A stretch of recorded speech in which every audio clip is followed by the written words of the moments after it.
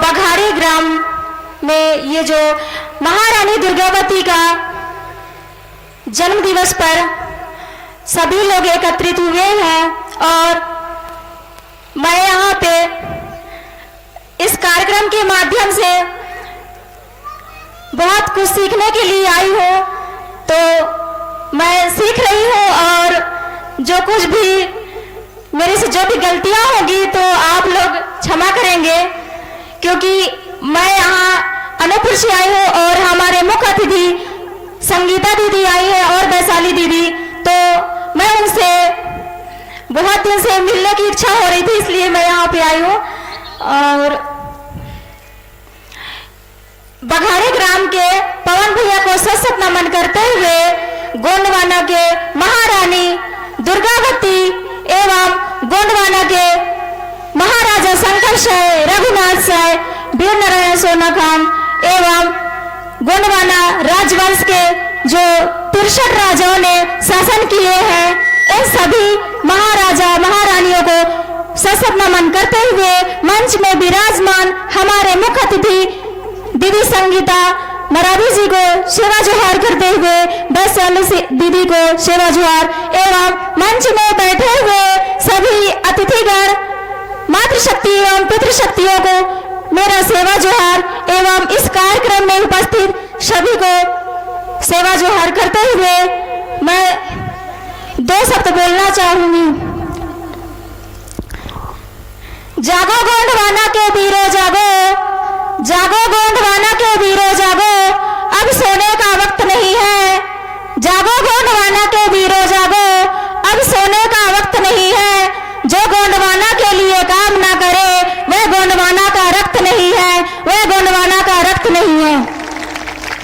खुद के लिए जिए तो क्या जिए, खुद के लिए जिए तो क्या जिए, ए बिल्टू जी इस गोंडवाना के लिए, इस धरती के लिए, इस गोंडवाना समाज के लिए। मैं उन लोगों के लिए बोली हूँ क्योंकि अधिकतर देखने को मिल रहा है जो नौकरी में रहते हैं और उन लोग अपना मूल मंत्र नहीं बोलते हैं। सेवा जोहार जय सेवा कहने में उन लोग संकोच करते हैं, क्योंकि हमारे ये जो गोंडवाना है ये सिर्फ गोंड का नहीं, इस धरती का नाम है गोंडवाना। क्योंकि बहुत सारे लोग गोंडवाना के नाम से बोलते हैं, ये तो गोड़ों का पार्टी है, गोड़ों का समाज है।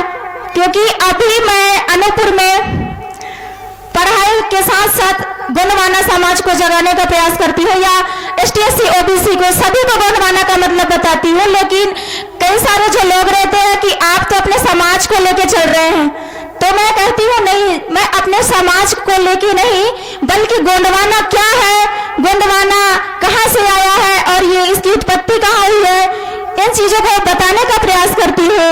तो यहाँ पे जो भी बैठे हुए सभी लोग मातृशक्ति वीर शक्ति, तो मैं आप लोग को बताना चाहूंगी गोंडवाना ये गोंडवाना गोंड लोगों का पार्टी नहीं है और ना ही कोई समाज, क्योंकि इस धरती का नाम गोंडवाना था और इस धरती में रहने वाले सभी मूल निवासी गोंडवाना के ही लोग हैं।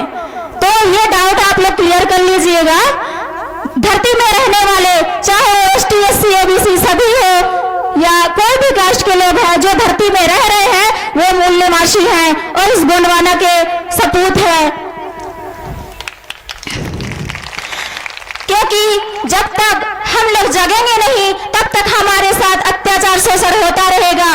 और अभी मणिपुर की घटना में आप लोग देखे हैं कि हमारे जो आदिवासी बहन बेटियों को नंगा घुमाया जाता रहा, लेकिन उसमें कोई भी हमारे क्षेत्र में कोई भी आवाज उठाने वाले नहीं है।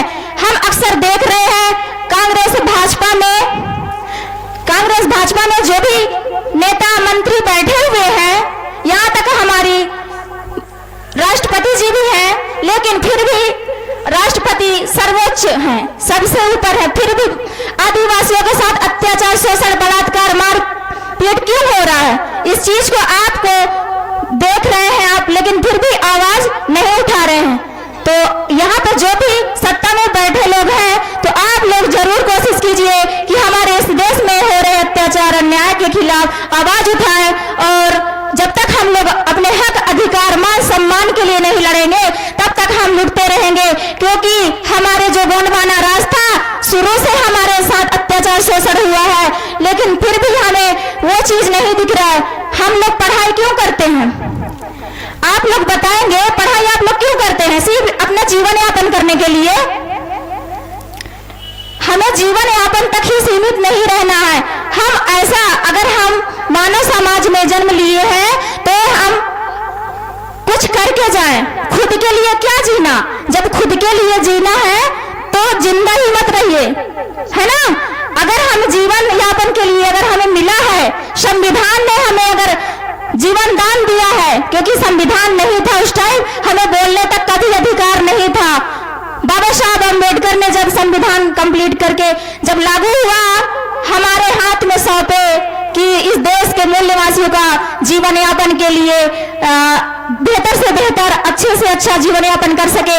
क्योंकि जब सब भारत का संविधान नहीं था उस टाइम हमें थूकने तक का भी अधिकार नहीं था, हम कहीं भी जा नहीं आ सकते थे, हमको पढ़ने लिखने का भी अधिकार नहीं था। तो सोचिए, जो संविधान को भारत सरकार मोदी जी जो खत्म करने की साजिश रच रही है, इस चीज को समझना होगा। तो आप लोग संविधान को बचाने के लिए ज्यादा से ज्यादा आप लोग जागरूकता फैलाइए, और संविधान वही बचा सकता है जो यहाँ बैठे हैं मूल निवासी समाज। क्योंकि जो सत्ता में बैठे हुए लोग हैं वो सिर्फ संविधान को खत्म करने के प्रयास कर रहे हैं। और मैं बताना चाहूंगी, ये पुष्पराजगढ़ क्षेत्र है, हमारे जो बीजेपी के जो अभी जिनको टिकट मिलने वाली है, हीरा सिंह श्याम जी, तो उनसे भी शायद यहाँ आसपास होंगे भी, क्योंकि उनसे मेरी बहुत बातचीत भी हुई है, ग्रुप में जुड़े हुए हैं। और उनको कहा जाए कि हमारे अभी पुष्पराजगढ़ के जो भी आदिवासी दादा जा रहे थे अनूपपुर, एक्सीडेंट के माध्यम से उन्होंने एक का खत्म हो गया और एक जीवित थे, लेकिन एक बीजेपी के ही पंडित जयगणेश दीक्षित, ये जमुड़ी के थे, जो उनको चप्पल से ही मारे, बहुत उनसे दुर्व्यवहार किया गया। लेकिन सोचिए कि हमारे हर क्षेत्र में, चाहे पुष्पराजगढ़ हो, अनूपपुर हो, कोदमा, मतलब कहीं भी हो, आदिवासी विधायक बैठे हुए हैं, लेकिन उन लोग आवाज नहीं उठा रहे हैं। बस मैं उसी के बात के लिए हीरा सिंह श्याम जी से मैं बोली कि आप कम से कम आवाज उठाइए, हमारे आदिवासी समाज के साथ इतना अत्याचार शोषण हो रहा है। सीधी जिला में आदिवासी के ऊपर पेशाब किया गया, मणिपुर में महिलाओं को नंगा घुमाया गया, मंडला में आदिवासी बच्चों को पानी के बोतल में बाथरूम पिला दिया गया। सोचिए कि हम लोग के साथ में अत्याचार शोषण हो रहा है, तो जब संविधान नहीं होगा उस दिन क्या होगा हमारे साथ? तो आप लोग कार्यक्रम मनोरंजन के रूप में मतलब देखने के लिए तो बैठे रहते हैं, लेकिन यहाँ से जो भी आप लोग देख रहे हैं, सुन रहे हैं, उसको आप अमल में लाइए और उसको दिल से लीजिए कि हमें आगे क्या करना है। क्योंकि मनोरंजन हर जगह होता है, टीवी मोबाइल हर जगह देखते हैं, लेकिन अगर हम कहीं अगर जा रहे हैं तो कुछ सीख के आए और उसको हम लोग समझें और समझाएं लोगों को, ताकि हमारे साथ अत्याचार शोषण कम हो। इसलिए हम सभी से गुजारिश करना चाहेंगे कि आप लोग कार्यक्रम में तो भीड़ दिखाने आ जाते हैं, लेकिन सोचिए जब वोट का टाइम आता है तो आप लोग 500-1000 रुपए लेके आप किसी दूसरे को अपना वोट दे देते हैं। तो इस चीज को हमें समझना होगा कि अभी जो भी आने वाला समय है, जो विधायक लाएंगे तो हमारा गोंडवाना गणतंत्र पार्टी का ही होना चाहिए, क्योंकि जब तक गोंडवाना गणतंत्र पार्टी नहीं आएगी तब तक हमारे समाज का रक्षा नहीं होगा। और अभी उमरिया जिले में जो भी कांड हुआ है, सोचिए शासन प्रशासन आदिवासियों को खत्म करने की साजिश में है, तो कुछ ना कुछ गलतियां निकाल के हमें दोषारोपण किया जाता है, जबकि हमारी गलती नहीं होती है। हम इस देश के मालिक हैं। आप लोग नौकर बनने के लिए पढ़ाई करेंगे, अगर जब तक आप नौकरी के लिए पढ़ाई करेंगे तब तक इस देश में, इस समाज में सिर्फ नौकर ही पैदा लेंगे। इसलिए हमें पढ़ाई करना है एक राजा रानी बनने के लिए। आप अपने बच्चों को ज्यादा से ज्यादा शिक्षा दीजिए, क्योंकि जब हमारे बुजुर्ग हमारे समाज में दादा लोग जो हमें जैसा संस्कार देते हैं वैसा ही हम लोग सीखते हैं। एक घर में अगर माता पिता जैसे पूजा पाठ करेंगे वैसे बच्चे भी सीखता है, तो बच्चा छोटा से ही सीखते हैं कि हमारे घर में कौन सी परंपरा, कैसा रीति रिवाज अपना रहे हैं। हम तो सिर्फ सीख रहे हैं। बस मैं इतना ही बोलूंगी, बाकी सभी को सेवा जोहार, धन्यवाद। जाते जाते एक सवाल करूंगी आप सभी से। भारत में आप लोग जैसे स्कूल में सभी लोग पढ़ने जाते हैं, तो स्कूल में बोलते हैं ना कि ज्ञान की देवी कौन है? हाँ, हाथ उठाइए, ज्ञान की देवी कौन है भारत में सर्वप्रथम? स्कूल में सरस्वती माता की पूजा करते हैं ना, तो कितने लोग मानते हैं कि सरस्वती माता ही ज्ञान की देवी है? हाथ उठाइए अगर आप सरस्वती को ज्ञान की देवी मानते हैं तो। हाथ उठाइए आप। नहीं मानते ना, तो फिर भारत में सर्वप्रथम शिक्षिका महिला कौन है? हाथ उठाइए। जो रोड में खड़े हुए हैं, पुलिस प्रशासन से भी गुजारिश है कि आप लोग भी थोड़ा मंच के सामने आइए और आप भी बताइए, क्योंकि आप हमारी सुरक्षा के लिए आपकी ड्यूटी लगाई गई है। तो सभी से गुजारिश करना चाहूंगी कि आप लोग हमसे पढ़े लिखे ज्यादा हैं, आप लोग भी बताइए ताकि हम आपसे भी सीख सकते हैं। तो भारत में सर्वप्रथम शिक्षिका महिला कितने हैं? सामने से हाथ उठाइए और आके जवाब दीजिए कि कौन है। अगर गलत है तो हम बताएंगे, और अगर हमसे गलत होती है तो हमारे मंच में बैठे हुए अतिथिगण बताएंगे। मंच से बताइए कौन कौन जानते हैं।